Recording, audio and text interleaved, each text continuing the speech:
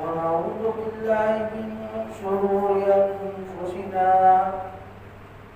من يهده الله فلا مضل له ومن يضلله فلا هادي له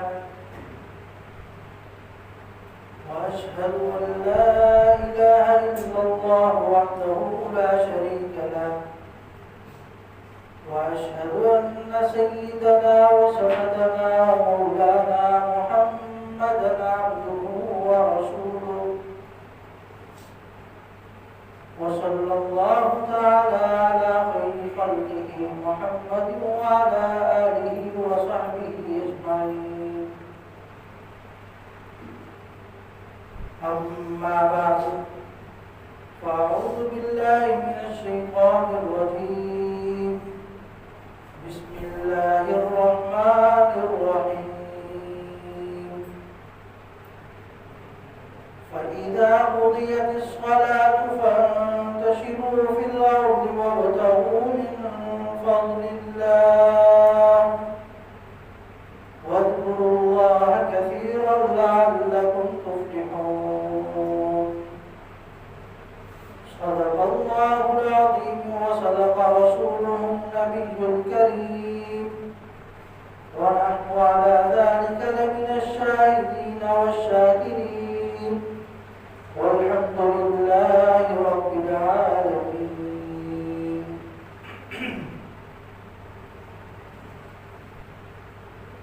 میرے واجب الاحترام قابل صد احترام دوستوں ساتھیوں بزرگوں،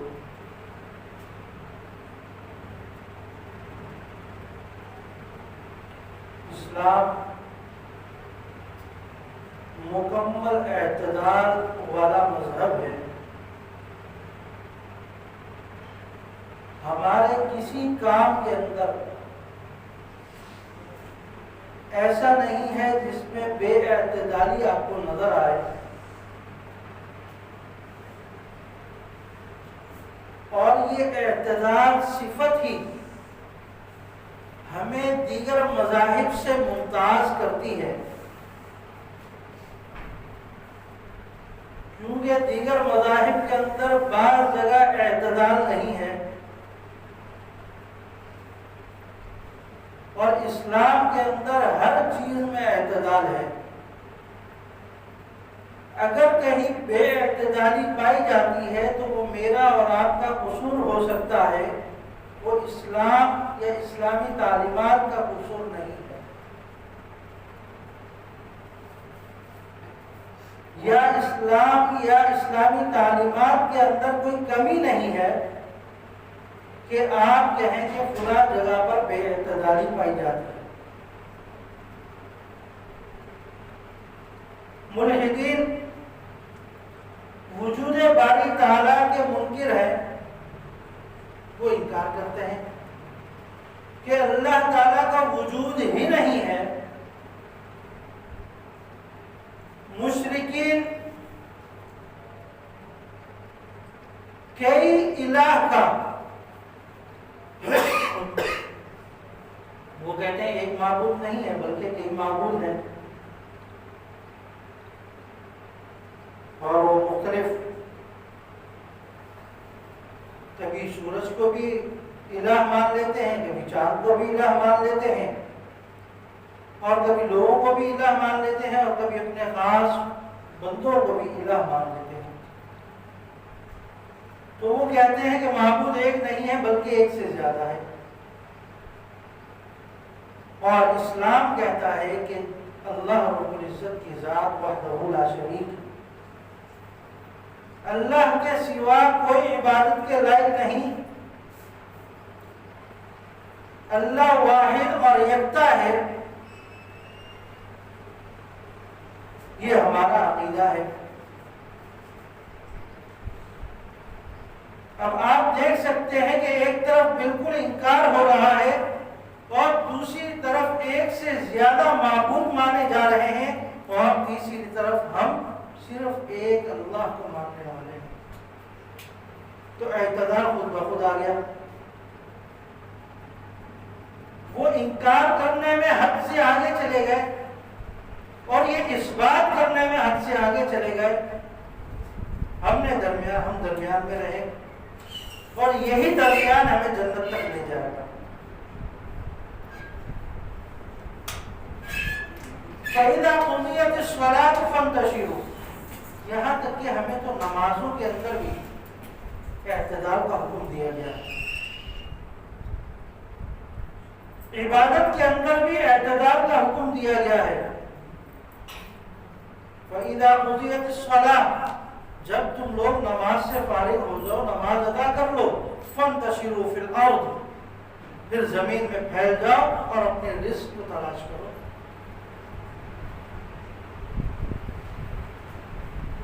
ایسا نہیں ہے کہ یہودیوں کی طرح رہبانیت اختیار کر لو، لا رہبانیت فی الاسلام، اسلام کے اندر رہبانیت نہیں ہے۔ پہلے کے لوگ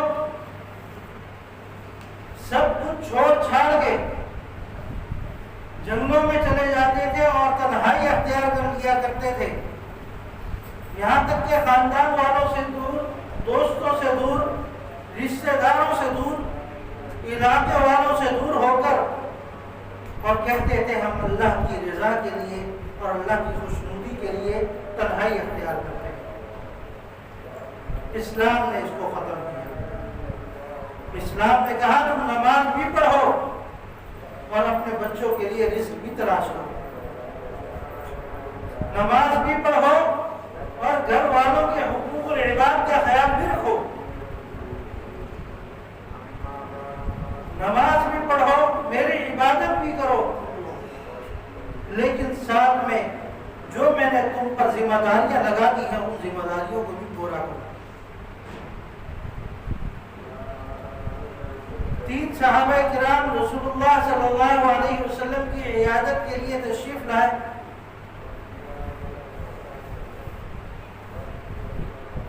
تو ازواج مطہرات سے رسول اللہ صلی اللہ علیہ وسلم کی عبادت سے متعلق پوچھنے لگے کہ آپ علیہ السلام کی گھر کی زندگی کیسی ہے؟ تو انہوں نے فرمایا کہ رسول اللہ صلی اللہ علیہ وسلم گھر میں بکری کا دودھ بھی نکال لیا کرتے ہیں، گھر کے کام کاج بھی کر دیتے ہیں اور رات میں اٹھ کر کچھ عبادت بھی کر لیتے ہیں۔ جب انہوں نے یہ دیکھا تو تاثر ان کا یہ تھا کہ شاید ہمیں جواب یہ ملے گا کہ رسول اللہ صلی اللہ علیہ وسلم پوری رات عبادت میں گزار دیتے اور دن پر پورے دن روزہ رکھتے، اس طرح کے کا گمان لے کر وہ لوگ آئے تھے۔ لیکن جب جواب ملا کہ آپ تو گھر کے کام کاج بھی کرتے ہیں اور دیگر ضروریات میں اپنا ہاتھ بھی بٹا دیتے ہیں، تو اس سے اندازہ ہوا کہ آپ کو سارا وقت عبادت میں نہیں گزارتے۔ تو ان کو خیال ہوا کہ رسول اللہ صلی اللہ علیہ وسلم تو اللہ کے نبی ہیں، اللہ کے محبوب ہیں، شاید آپ کو عبادت کی ضرورت نہ ہو، شاید آپ کو عبادت کی ضرورت نہ ہو۔ تو یہ گمان کرنے لگے اور آپس میں کہنے لگے، ایک نے کہا کہ میں ساری زندگی اللہ کی عبادت میں گزار دوں گا، یعنی مسجد میں اپنا وقت گزار دوں گا۔ دوسرے نے کہا کہ میں ساری زندگی صوم دہر رکھوں گا، یعنی روزوں میں وقت گزار دوں گا۔ تیسرے نے کہا کہ میں ساری زندگی شادی نہیں کروں گا اور اسی طرح اپنی زندگی اللہ کی عبادت وغیرہ میں اللہ کی ریاست کو گزار دوں گا۔ رسول اللہ صلی اللہ علیہ وسلم نے جب یہ سنا اور تشریف لائے، احادیث میں آتا ہے کہ آپ کا رنگ لال ہو چکا تھا غصے کی وجہ سے کہ تم لوگ کیسی باتیں کر رہے ہو کہ ساری زندگی عبادت میں گزار دوں گا، میں روزے رکھتا رہوں گا اور میں شادی نہیں کروں گا؟ یہ کیسے فیصلے کر رہے ہو تم؟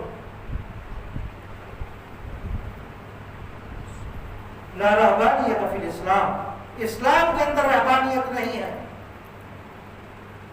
اسلام کے اندر تنہائی نہیں ہے، اسلام کے اندر جنگلوں میں جا کر عبادت کرنا نہیں ہے، اسلام کے اندر سب کچھ چھوڑ چھاڑ کر اللہ کی عبادت میں مصروف ہو جانا بھی نہیں ہے۔ میں روزے بھی رکھتا ہوں، میں افطار بھی کرتا ہوں، آپ نے فرمایا، میں نماز بھی پڑھتا ہوں، میں گھر والوں کے کام کاج بھی کرتا ہوں اور میں شادیاں بھی کرتا ہوں۔ تو اللہ کو راضی کرنا ہے تو ان تمام معاملات کے ساتھ اللہ کو راضی کرنا ہے، یہ نہیں کہ بالکل الگ ہو کر بیٹھ جاؤ، اعتدال کی صورت سے نکل جاؤ، بے اعتدالی میں نہیں آنا۔ نہ تو عبادت زیادہ کرنی ہے کہ آپ کے دیگر کام متاثر ہوں، نہ دوسرے کاموں کو اتنی اہمیت دینی ہے کہ آپ کی عبادت متاثر ہو۔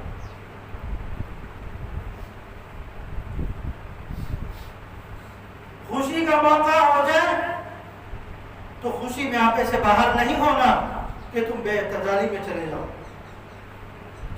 جو خوش رہنے کے اور جو خوشیاں منانے کے طریقے بتائے گئے ہیں اسی کے مطابق ہم نے اپنی خوشی منانی ہے، اعتدال میں رہ کر۔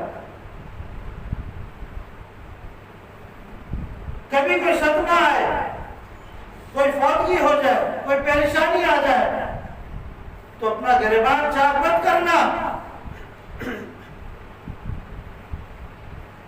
شور شرابہ وامیلا رونا دھونا مت کرنا، یہ اسلام میں نہیں ہے۔ رسول اللہ صلی اللہ علیہ وسلم کے بیٹے کی جب وفات ہوئی تو آپ قبر میں جب اتار رہے تھے تو آپ کی آنکھوں میں آنسو آ گئے۔ صحابہ نے پوچھا یا رسول اللہ آپ بھی روتے ہیں؟ فرمایا یہ رونا وہ نہیں ہے جس سے اسلام میں منع کیا گیا، یہ رونا ایک فطری ہے۔ ایک کی جدائی ہو رہی ہے، ایک بیٹا مجھ سے جا رہا ہے اور میں اس کو قبر میں اتار رہا ہوں، تو یہ رونا وہ ہے۔ اسلام کے اندر جس رونے سے منع کیا گیا ہے وہ رونا یہ ہے کہ آپ اپنا گریبان چاک کریں، آپ زار و قطار شور شرابہ شروع کر دیں، ایسے رونے لگے کہ جیسے پتہ نہیں کیا ہو گیا ہے، تو اس رونے سے منع کیا گیا ہے۔ اگر کسی کی آنکھوں سے آنسو نکل آتے ہیں تو کوئی مذاکرہ نہیں، اور اتنی جدائی کا غم ضرور ہوتا ہے، کسی کا صدمہ ضرور ہوتا ہے، لیکن شور نہیں ہونا چاہیے۔ آج ہمارے ہاں یہی ہوتا ہے کہ جنازے گھر میں رکھا ہوا ہے تو کلمے بھی زور زور سے پڑھے جا رہے ہیں اور ساتھ میں رویا بھی جا رہا ہے، اور خاندان کے وہ لوگ آ کر روتے ہیں جنہوں نے کبھی اس کو دیکھا تک نہیں، کبھی اس سے معاملات ہوئے نہیں، صرف ایک ظاہر رونا دھونا دکھایا جاتا ہے۔ اس سے میت کو تکلیف ہوتی ہے، آپ کے اس رونے سے میت کو تکلیف ہوتی ہے۔ اگر وہ نیک میت ہے تو اس کو تو زیادہ ہوگی۔ بھئی میرے پیچھے والے کیوں رو رہے ہیں؟ مجھے تو آگے جنت نظر آ رہی ہے، میں جنت کی وادیاں دیکھ رہی ہوں، جنت کے سرسبز و شاداب محلات نظر آ رہے ہیں مجھے، اور یہ لوگ رو اس طرح رہے جیسے میں اجڑ گیا۔ تو یہ تکلیف کا سبب ہوتا اس کے لیے۔ اللہ کی تقدیر پر راضی رہنا یہ بھی ہمارا ایمان ہے۔ جو گریبان چاک کر رہا ہو اور رو چیخ و پکار کر رہا ہو، کیا ظاہری حالت اس کی یہ بتاتی ہے کہ وہ اللہ کی تقدیر پر راضی ہے؟ وہ تو یہ کہہ رہا ہے کہ یہ کیوں ہو گیا، اللہ رب العزت نے مجھ پر ظلم ڈال دیا، مجھ کو صدمے سے دو چار کر دیا۔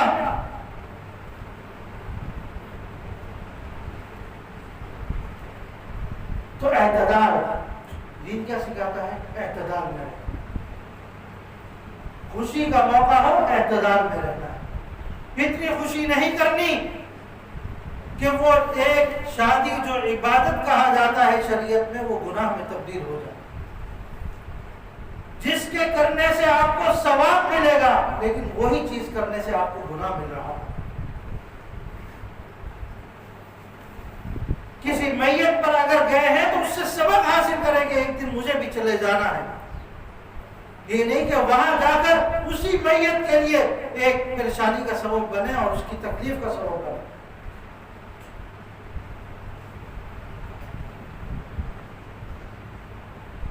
ہر پہلو میں اگر دیکھیں ہمیں اسلام کے اندر ایک اعتدال نظر آتا ہے۔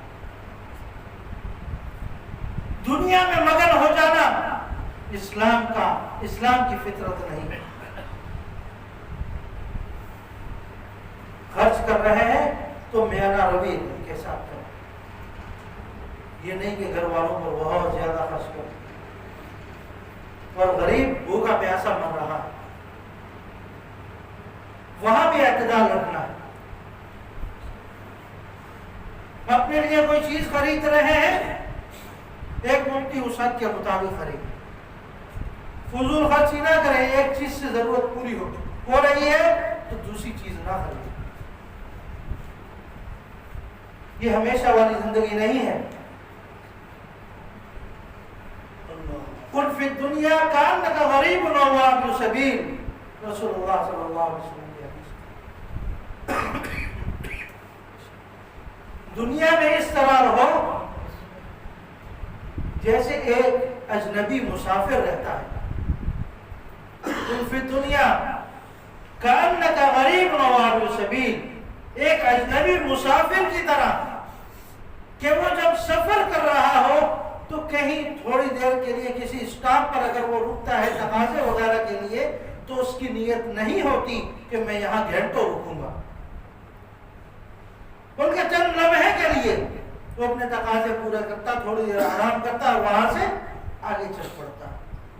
مومن کی زندگی یہی ہے، جس طرح وہ ایک اسٹاپ پر رکتا ہے تو یہ دنیا کی مثال اسی طریقے سے دی۔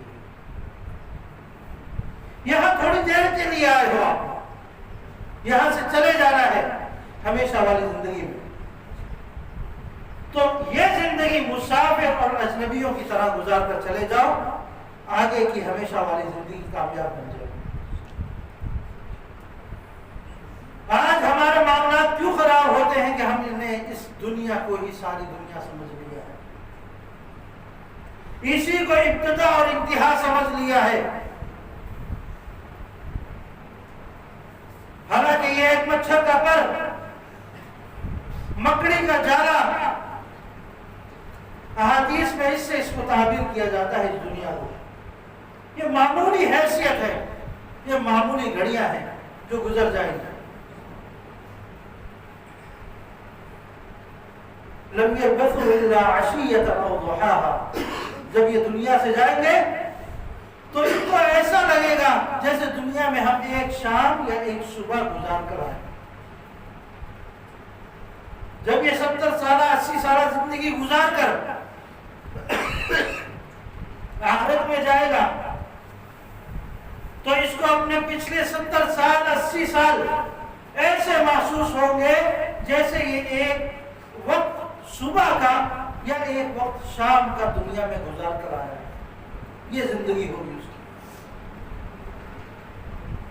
تو میرے عزیزو، اس دنیا میں، اس دنیا کی زندگی کو کامیاب کیسے بنانا ہے؟ اللہ کی عبادت میں، اللہ کی ریاضت میں، جو احکامات اللہ نے نازل کیے ہیں اس کے مطابق زندگی گزاریں۔ ہم نے شادی کیسے کرنی ہے؟ اللہ رب العزت نے، رسول اللہ صلی اللہ علیہ وسلم نے ہمیں طریقہ بتایا۔ ہم نے